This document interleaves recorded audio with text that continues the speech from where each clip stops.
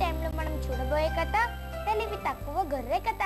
అనగనగా ఒక అడవిలో ఒక నక్క ఉండేది. ఒకరోజు అది అడవిలో ఆహారం కోసం వెతుక్కుంటూ అనుకోకుండా బావిలో పడిపోతుంది. నక్క ఆ బావిలో నుండి బయటికి రావడానికి రాత్రంతా ప్రయత్నిస్తుంది. తెల్లవారిన నక్క మాత్రం బయటికి రాలేకపోతుంది. బాధపడుతూ ఏం చేయాలని ఆలోచిస్తూ ఉండగా ఇంతలో అటుగా ఒక తెలివి తక్కువ గొర్రె వస్తుంది. బావిలో ఎవరో ఉన్నట్టు కనిపిస్తే బావిలోకి తొంగి చూస్తుంది.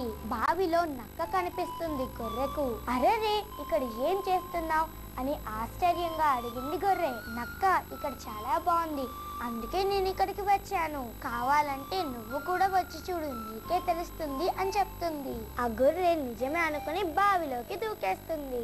అంతే, ఆ గొర్రె కూడా బయటికి రాలేకపోతుంది. ఇంతలో గొర్రె నక్కను బయటపడడం ఎలా అని అడుగుతుంది.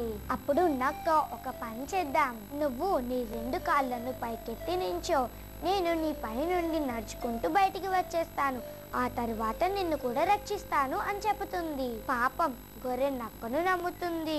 నక్క చెప్పినట్లే చేస్తుంది. నక్క గొర్రె పైకెక్కి నడుచుకుంటూ వెళ్ళిపోతుంది. కానీ గొర్రె మాత్రం లోపలే ఉండిపోతుంది. చూసారా తెలివి గల నక్క ఎలా బయటపడిందో? ఫ్రెండ్స్, ఈ కథలోని నీతి ఏమిటంటే ఒక అడుగు వేసే ముందు చాలా జాగ్రత్తగా ఆలోచించాలి.